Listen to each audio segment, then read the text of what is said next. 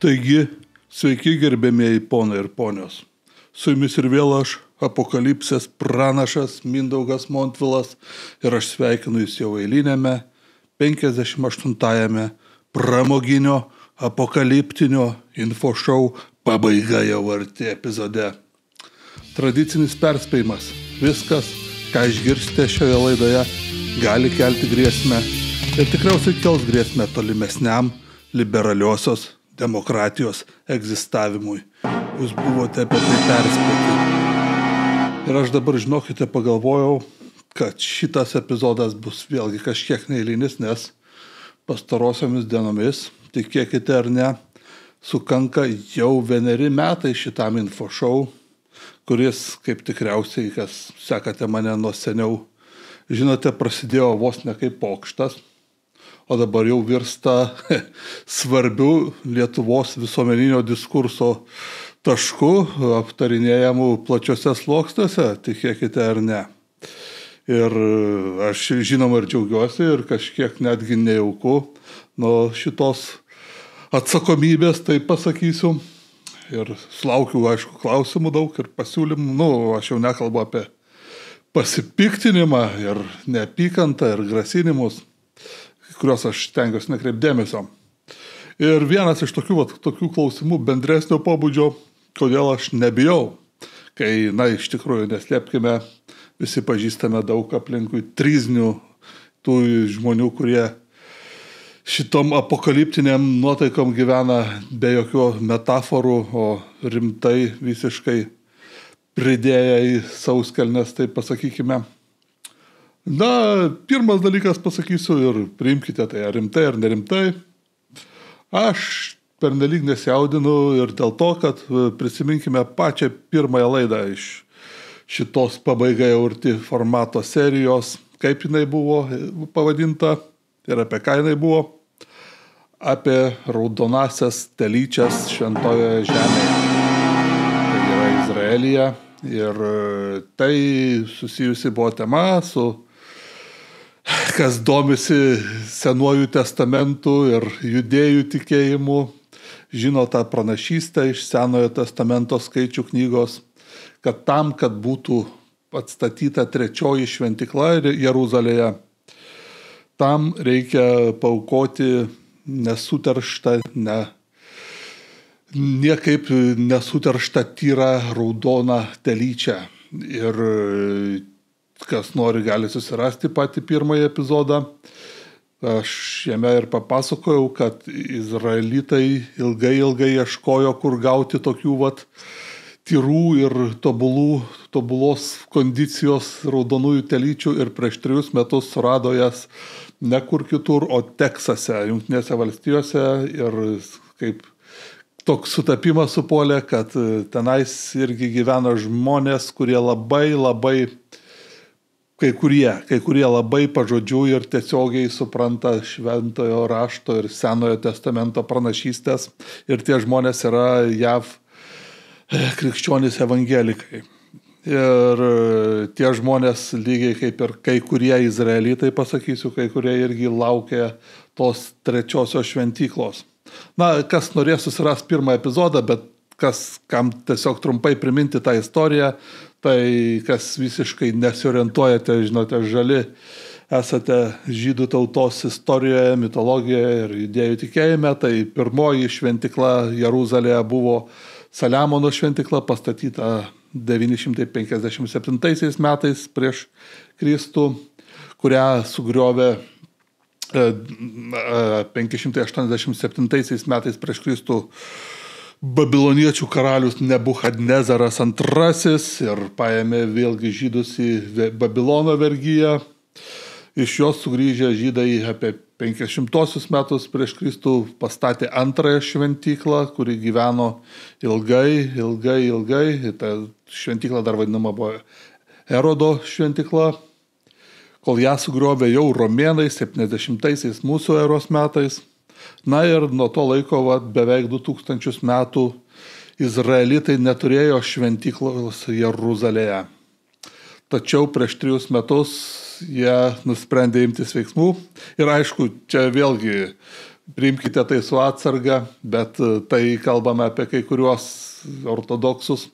Šitai minčiai nepritarė ir tie oficialūs pagrindiniai rabinai judėjų Izraelyje, bet yra tų žmonių, kurie surado bendraminčių JAV krikščionių evangelikų tarpe ir importavo tas 5 telyčias iš Teksaso. Ir tuo metu, jau prieš metus, kai pradėjau, buvo gandas, kad per praėjusių metų Velykas jau bus bent viena iš jų paaukota. O ką reiškia tos telyčios paaukojimas? Tai jis reikštų, kad vėlgi, čia mes kalbame apie religinius dalykus, tai jis reikštų atvertų duris trečiosios šventyklos statybai ir tai, kaip sakoma, pagal kai kurias šventojo rašto interpretacijas, tai ir atneštų pabaigos laikus ir visą susijusi džiaugsmą. Ir jūs tikėkite ar ne, bet tos dalykus labai stebi ir ten pat gyvenantis musulmonai. Tai yra Palestinos visi musulmonai ir bendrai musulmonai pasaulyje ir tie patys Hamas, viena iš priežasčių, dėl kurios vykdė spalio 7-osios atakas, nurodė, kad žydai jau rengėsi toj aukos raudonasias telyčias ir atstatinės 3 šventyklą. Nes ta kaip visi žinote, kas domitės, šventykla Jeruzalėje turėtų stovėti ten, kur ir stovėjo ir 1-2 šventyklos. Tai yra ant šventyklos kalno. Tik tai yra problemėlė, kad šiuo metu toje vietoje, kur turėtų ta 3 šventykla stovėti, stovi kita šventykla, tai yra musulmonų viena švenčiausiųjų mečečių pasaulyje, Al-Aksos mečetė, ir musulmonai biški kitaip viską žiūri ir šitoje vietoje yra nuomonių skirtumų, taip pasakykime. Tačiau galiu visus nuraminti, kol kas telyčios nepaukotos, gandai sklando, tačiau jos yra laikomas labai senovinėme Šilo mieste, irgi netoli nuo Jeruzalės, dabartinėme vakarų krante, arba Izraeliai tą vakarų krantą vadina Judėja ir Samarija, ir tas Šilo miestas, jis irgi yra svarbus labai judaizmo istorijoje, tai ten buvo pagrindinis dvasinis judaizmo centras dar iki dinastinių tuo periodu, iki karaliaus Dovydo ir jo sūnaus Solomono ir visų tų dalykų ir iki 1 šventyklos. Tai ten dabar tas 5 telyčias laiko, pasirodo 3 iš jų jau nebetinkamos, ar tai su dėmėmis, ar tai kažkas tokio, ir jas ruošia veisimui, kad galbūt jos pagimdys gerų palikonių, tyrų, švarių, tinkamų aukoms, bet dar 2, kaip supratau, pagal naujausius pranešimus, dar 2 telyčios laikomos ir galbūt ir susiruošęs aukot. Tik šitoje vietoje aš aišku galėčiau jūs nuraminti, kadangi šitos paieškos tinkamų telyčių ir ruošimasis jos aukoti trunka ne tai, kad ne metus ir ne 2, bet trunka jau daug dešimtmečių. Ir pavyzdžiui, galima susirasti ir straipsnių iš 1997-ųjų, kaip ten ruošiasi iš Amerikos importuoti tas raudonasias telyčias, ir galima susirasti to ir iš anksčiau. Čia yra ilgametis procesas, gerbiamieji. Tai jeigu taip įvyks, gerbiamieji, tai pirma vieta, kur jūs sužinosite, bus šis podcastas, ir tada galbūt ir aš pradėsiu triest. O kol nepaukotas tos telyčios, tai negali dar ateiti pabaiga, ar ne taip?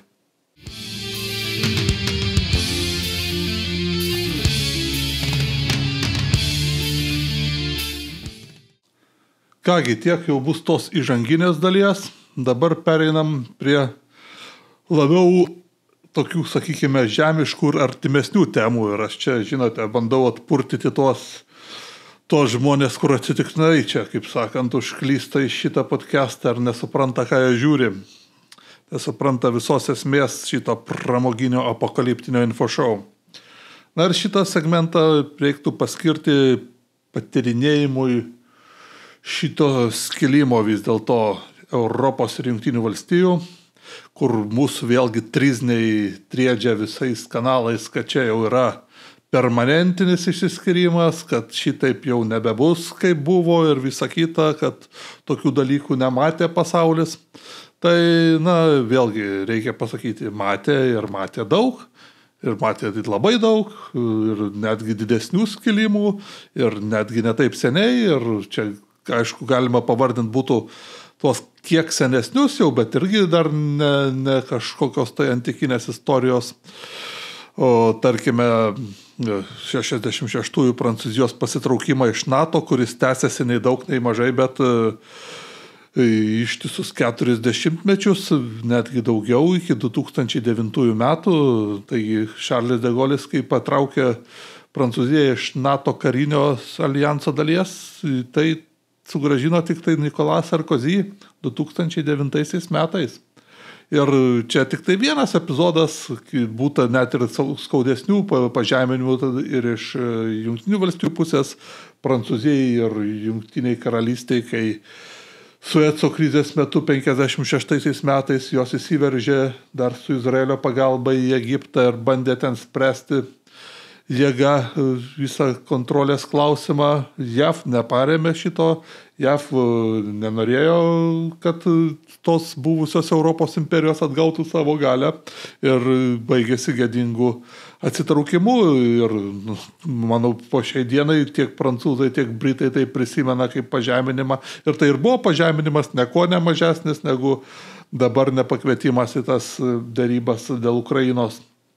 Tai šitokių epizodų galima ir daugiau prirankiot. Ir galima prirankiot tokių, kuriuos visi turėtumėte atsiminti, bet aš duodu garantuot, kaip sakant, nenoriu tokių frazių vartot, bet ką čia, kaip sakant, podcastas, kadangi nuosavas, tai galiu duoti kepurę prišikt, kad 90% dabar besipiktinančių nepamena, pavyzdžiui, 2015 metų visai šviežio skandalo, kai dar Vokietijoje prie Angelos Merkel kilo didžiulis pasipiktinimas visuomeniai ir skandalas, kai paaiškėjo, kad JAV NSA agentūra šnipinėjo Vokietijos politikos, kitų Europos šalių politikus, verslo visokius organizacijas ir asmenis susijusius.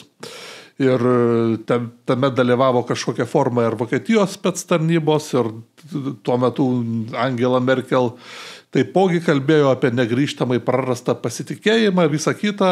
Ir ką mes matome, dabar nieks 2015 metų skandalo net nebeprisimena. Tai čia šitie visi pasvaičiamai apie tai, kaip čia dabar jau yra taip, kaip niekad nebuvo, tai jie labai greitai nugrims į užmarštį, vos tik tai nors kiek pasikeis tam tikros išorinės aplinkybės, apie kurias aš vėliau pakalbėsiu. Iš karto vėl Europą puls JAV į glėbį, galite to neabejoti, o jeigu nepuls, tai irgi patys kvaili, nes aš vėliau irgi pakalbėsiu kažkiek tas Europos persiginklavimas ir savarankiškumas strateginis, jis yra nesibaigiantis leitmotyvas ir jis visada baigėsi to, kad niekuo praktiškai, arba netoli to. O tas nesupratimas ir bendrai išsiskyrimas pasaulėžiūrų tarp ir tų kultūrinių dalykų tarp JAV ir Europos, tai jis dar senesnis. Ir čia šitoje vietoje man labai patinka po pirmojo pasaulinio karo buvusio Prancūzijos premjero Žoržo Klemeneskų citata.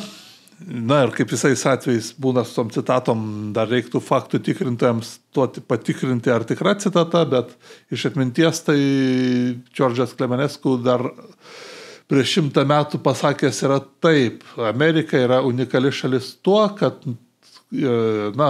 kažkokiu stebuklingu būdu nuo barbarizmo perėjo tiesiai prie degeneracijos ir praleisdama tą įprastinį civilizacijos periodą tarp šitų dviejų būvio taškų. Tai čia supras, kad amerikiečiai niekada nebuvo civilizuoti skirtingai negu jie, tai yra europiečiai.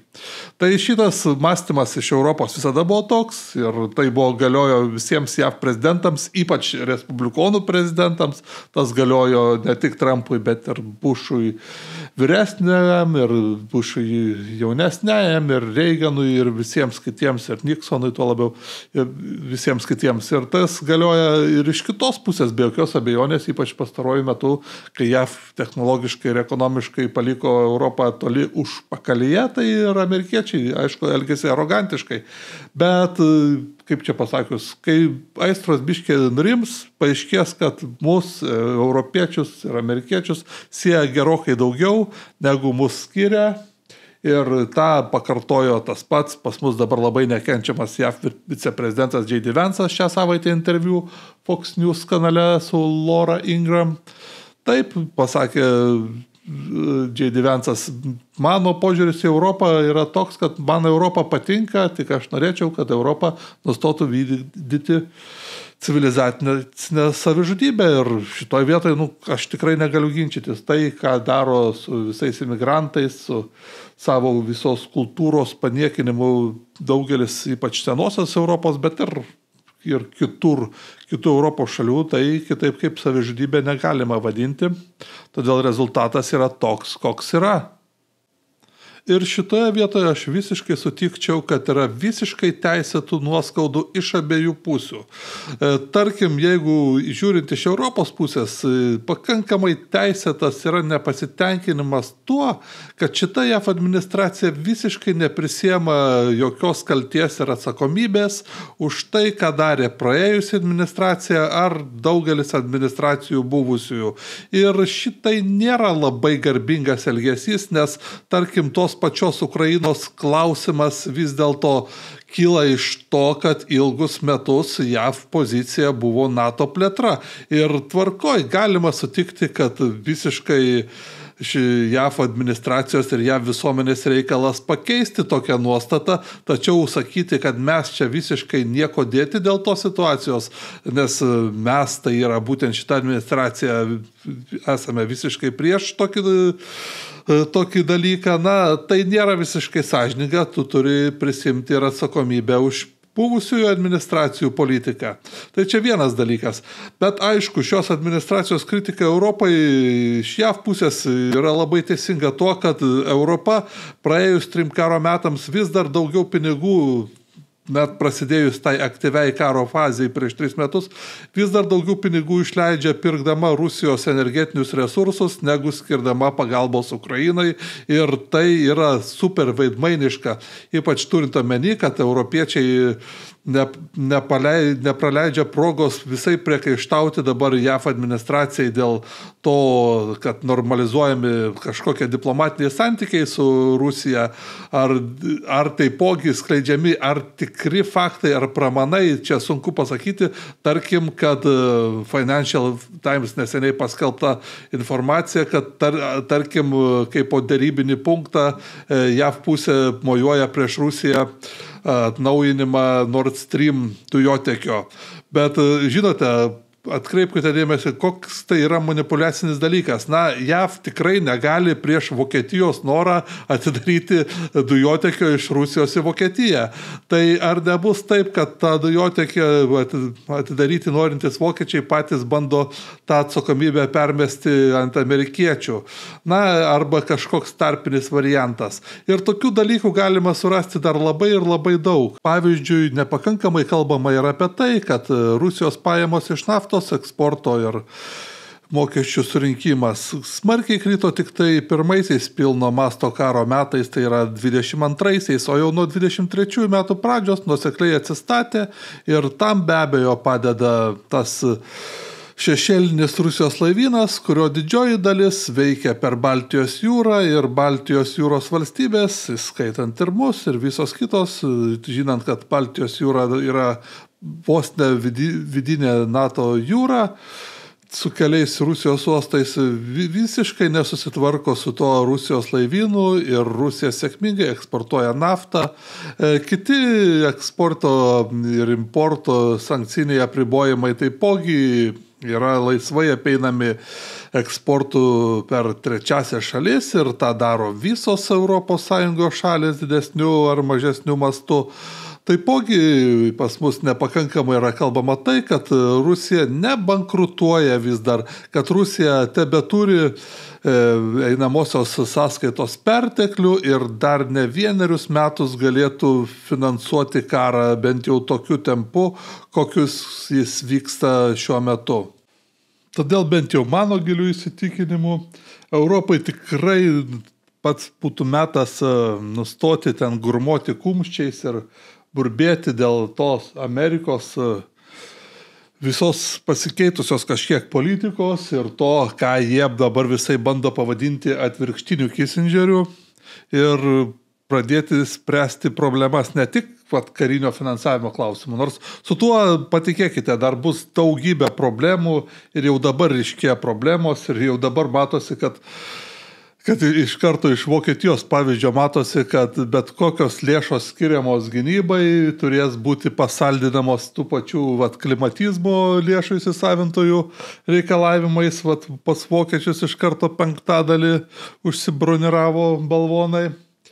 Ir čia tokių bus variantų daug ir čia kiekvienoje šalyje čia bus fejerverkų su to lėšų paskirimų gynybai, jų įsisavinimu ir aš tikrai esu labai, labai pesimistiškas dėl visų europinių iniciatyvų.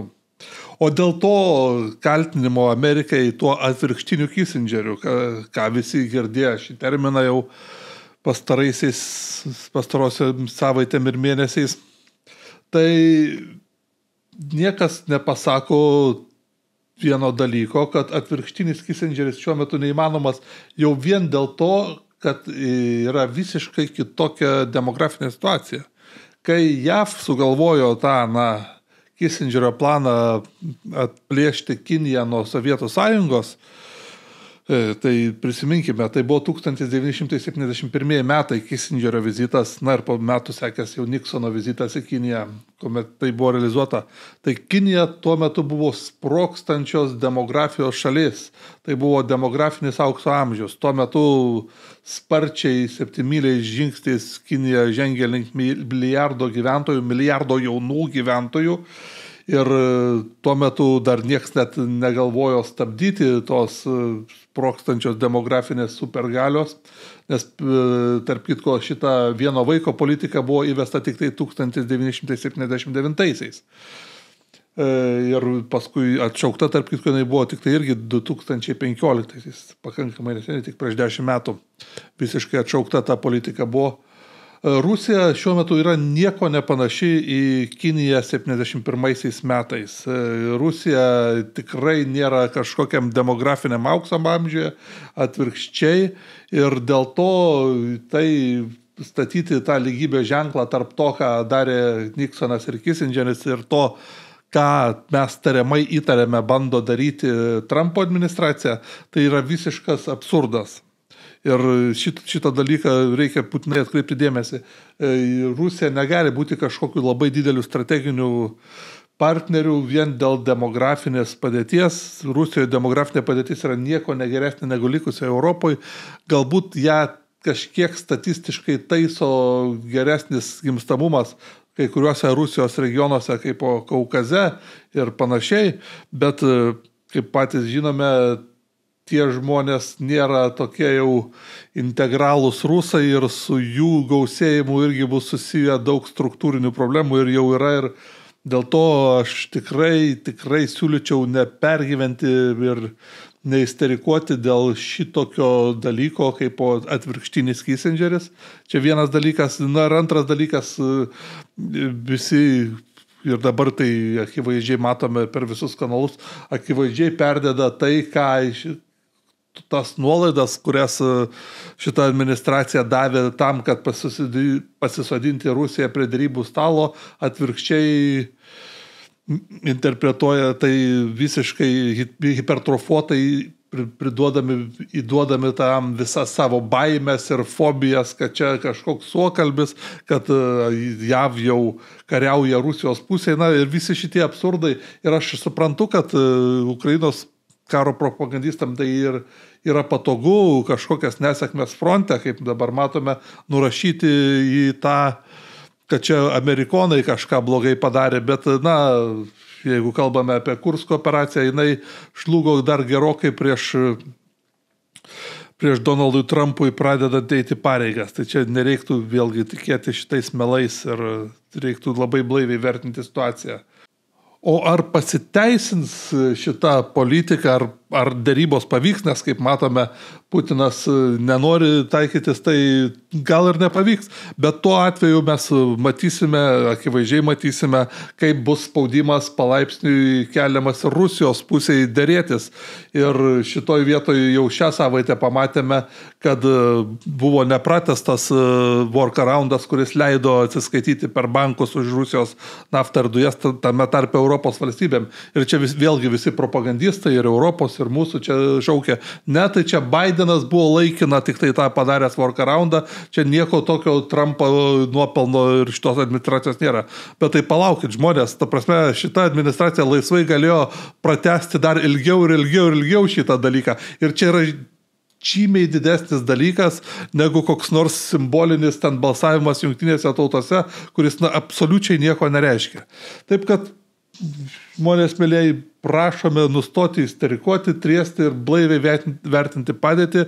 Jungtinės Amerikos valstijos, matydami tą bezabraziją, kurią daro europiečiai, matydami jų bejėgiškumą ir išvis sukčiavimą ir tą dvigubą moralę ir visus kitus dalykus, daro pakankamai racionalų žingsnį ir bando sustabdyti visą kraujavimą, nes supranta, kad europiečiai to nepadaryti ir neturi jokio plano ir vienintelis europiečių planas yra tęsti šitą dalyką amžinai ir žinote, aš sutikčiau, jeigu būtų ukrainiečiai patys galėtų vieni nuspręsti, palikti tai spręsti patiems ukrainiečiams, ar jie dar yra nusiteikę toliau kariauti, bet šitas šaukimas iš Europos pusės, jis yra siaubingai šlikštus ir negarbingas jau vien dėl to, kad, kaip nekartą minėjom, Europa tiesioginiu būdu finansuoja Rusiją iki šiol, užmerkdami akis